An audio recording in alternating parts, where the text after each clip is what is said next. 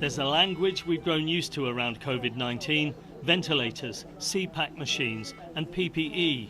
In the space of a few short weeks, the NHS has had to learn, adapt and innovate. But there's a reason we all clap every Thursday night. It's because we sense they've never lost their compassion. You look amazing. You look so much better. Yeah, you're getting there, slow but sure. Yeah, absolutely. Slow and steady wins the race. Nearly 7 weeks now. It is, yeah, I think it is. Yeah.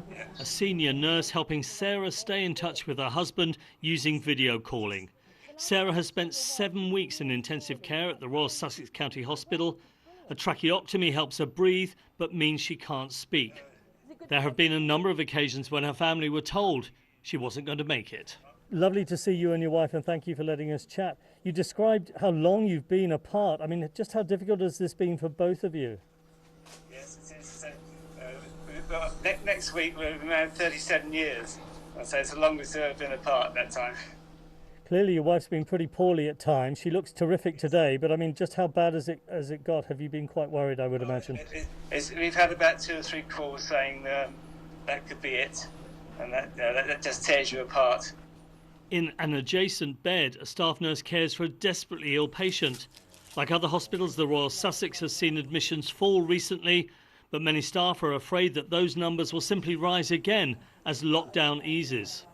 We don't really know what to expect, but we're quite prepared. We've been prepared for a while. But the idea this could go on for many, many months. Yeah, it's terrifying. It's a lot of pressure. It's so many uncertainties. We don't know what to expect, but as I say, we're prepared for it.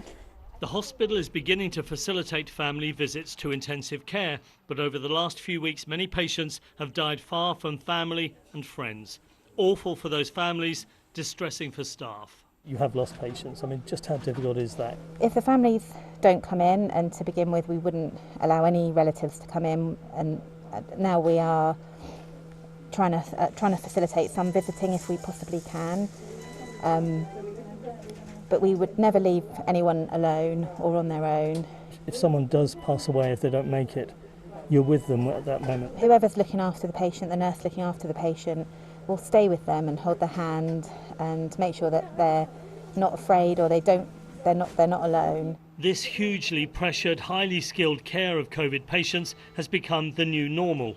But when the PPE comes off, these NHS staff have to come to terms with their work. Do you tell your family at home what sort of day you've had? No, I've just got the children at home, so we don't. I mean, they're old enough to discuss it, but we don't discuss it, and they know that if I needed to talk to anyone, I wouldn't talk to them. We discuss the PPE and the protective equipment I have to wear, and they tell me they're not worried about that. They do see how hard we're working at the moment, and they see how hard I'm working, and they worry slightly about that. Colleagues from other departments have recognised the personal sacrifices being made and have volunteered to work in intensive care.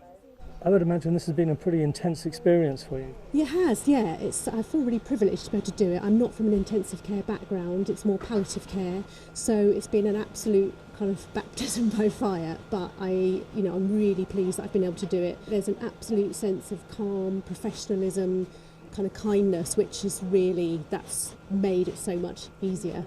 At the start of this crisis, many hospitals feared they might run out of PPE. There are supplies and staff are used to wearing it now, but it's this protective equipment that enables them to do their job.